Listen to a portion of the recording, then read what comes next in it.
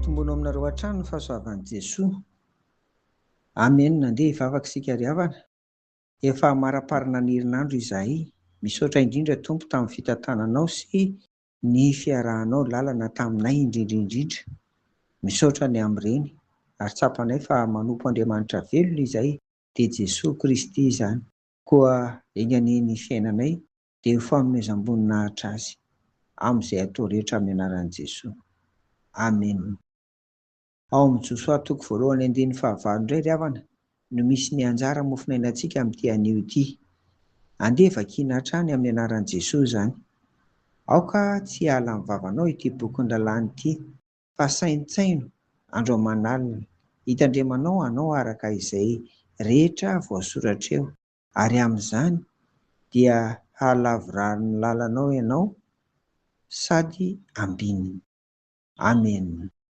Ampianarin'ny tenin'Andriamanitra sika ry havako amin'ireto zavatra roa reto. Voalohany, ny tenin'Andriamanitra dia tsy halo amin'ny vava, izany hoe vakiana izy dia ianarana tsenjery ihany koa, ambara ary zaraina amin'ny hafa izay mila vonjy, ny hafa izay mila mandresy mahafantatra ny amin'ny tenin'Andriamanitra ihany koa.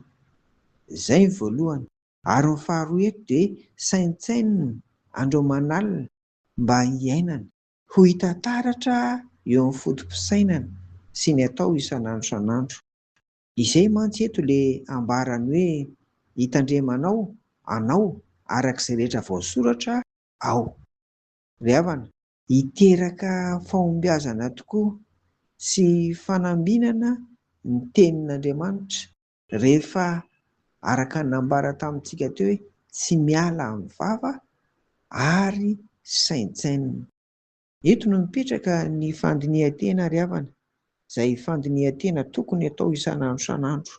Arak'izany dia hoe mifanaraka tokoa amin'ny tenin'Andriamanitra ve izay teneniko ary ny fotom-pisainako sy ny eritreritro hitan'ny olona koa ve dia tahaka izany. Noho izany dia tsara mipetraka isan'andro ary ny fanontaniana hoe ahoana no hiainako ny tenin'Andriamanitra.